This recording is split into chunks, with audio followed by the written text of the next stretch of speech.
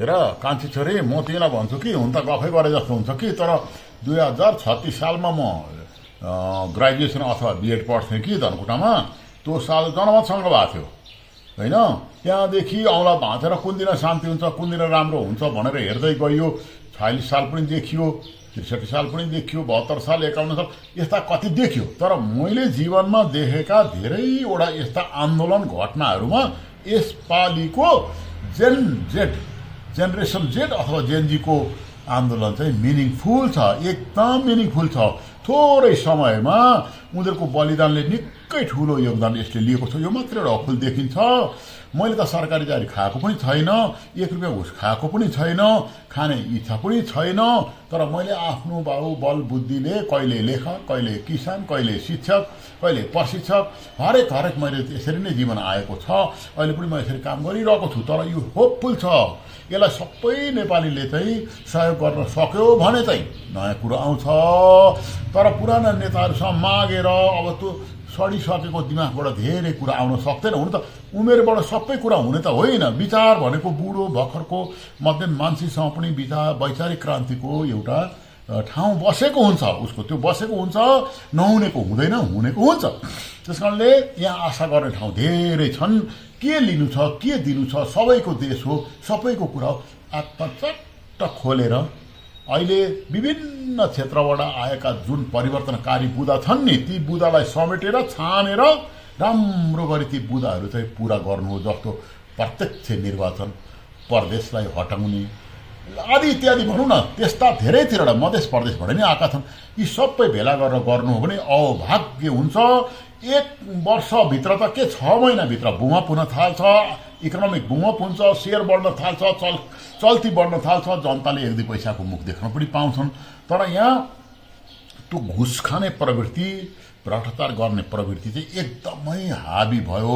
किनभने सेटिङबाट संविधान बनाएको छ। यत्रो रिपोर्ट जस्तो छ, संविधान जस्तो नै छैन। त्यो सेटिङले खालि आफ्नो इच्छा मात्रै पुरा गर्छ। देशको इच्छा त पुरा गर्दैन, दलको इच्छा पुरा गर्छ, राष्ट्रको त पुरा गर्दैन। राष्ट्रलाई त दोहन गरेर उसले चुसेर खान्छ आदि इत्यादि। यहाँ कति छन् कति कुराहरू। अनि युवाहरूले यो कुरा जे जति बुझे तर उनीहरूले आफ्नो प्राणको आहुति दिएर केही कुरो परिवर्तन ल्याए। यो चाहिँ मिनिङफुल छ। तर अब यस्तो अवस्थामा चाहिँ कस्तो भन्दाखेरि अलिकति समेट्नु चाहिँ पर्छ।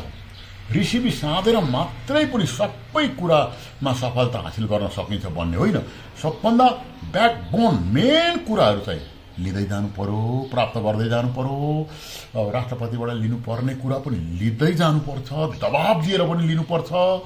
अनि बिस्तारै प्रोसेसको रूपमा चाहिँ अरू चाहिँ कुराहरू ऋषिबी साध्ने अथवा त्यस्तो कुरा भन्दा पनि राज्यको लागि फाइदा हुने हो बढी जाने अरू कुरा हुँदै जान्छ। त्यस्तो एउटा मलाई लाग्छ। र यो देशमा त वैदिक सनातन हिन्दू धर्म, सांकेतिक राजतन्त्र अथवा संवैधानिक राजतन्त्र सहितको अनि लिबरल डेमोक्रेसी जस्तो कुरा धेरै काम लाग्छ। यो देशलाई त नेपालाइजेसन गर्नुपर्छ, नेपालाइज गर्नुपर्छ।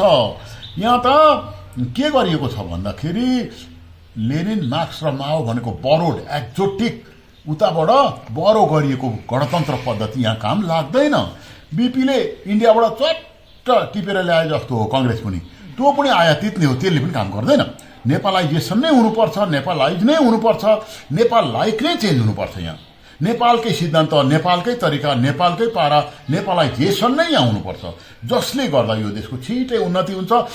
तर ठेकेदारहरू जसले अर्कालाई सामन्तवादी भन्छन्, ती भन्नेहरू त उग्र नवसामन्तवादी हुन् होइन। अब यसरी हेर्दै जाने भने जसलाई उसले नराम्रो भन्छ नि, त्यो त झन् दलीय नि। यहाँ त जसले आफू राम भन्यो नि, त्यो त दलीय निरङ्कुशता थियो, दलीय अराजकता थियो, दलीय भाँड भैलो मात्रै त्यहाँ थियो। त्यसमा त्यस्तो ठुलो कुरा थिएन। तर उसले आफ्नो आङमा हिँडेको भैँसी पनि देखेन, अर्काको चाहिँ जुम्रो देख्यो उसले। यस्तो समस्या थियो। के लिनु छ र देशको लागि गर्ने त हो। जे जति गर्ने भयो नि देशको लागि गर्ने हो, त्यति गर्ने हो। देश बन्नु नै आफू बन्नु, त्यहाँभित्र आफू बनिहाल्छ, आफू सम्पन्न हुन्छ। त्यसकारणले मलाई पहिलेबाटै यो यिनीहरूको पछि लागेर केही सानोतिनो लाभ लिउला, काम लिउला भन्ने आशा पनि थिएन, छैन पनि। र जहिले पनि बरु आफ्नै ढङ्गले कहिले प्रशिक्षण, कहिले शिक्षक, कहिले कृषक, कहिले लेखक, यस्तो हुँदै हुँदै इन्जोय गर्दै म आफ्नो जीवनमा हिँडेँ। त्यसले गर्दा मलाई त्यस्तो बाधा पनि आएन। तर उमेर अनुसार कहिलेकाहीँ अब अहिले त्यस्तै हो, कति गर्न सकिन्छ कति सकिँदैन यो कुराहरू पनि आफूले होइन, कति अब एनर्जी छ शरीरमा त्यो कुरालाई पनि आफूले ध्यान दिनुपर्ने हुन्छ होइन, यी कुराहरू छ। अब मैले त एउटा के भने जेन्जी पुस्ताको कुरालाई सबैले साथ दिएर गल्ती हुन नदिकन बाटो नबिर्कन सही बाटोमा जान सक्यो भने निस्वार्थ भावले उन्नति धेरै देशले गर्छ।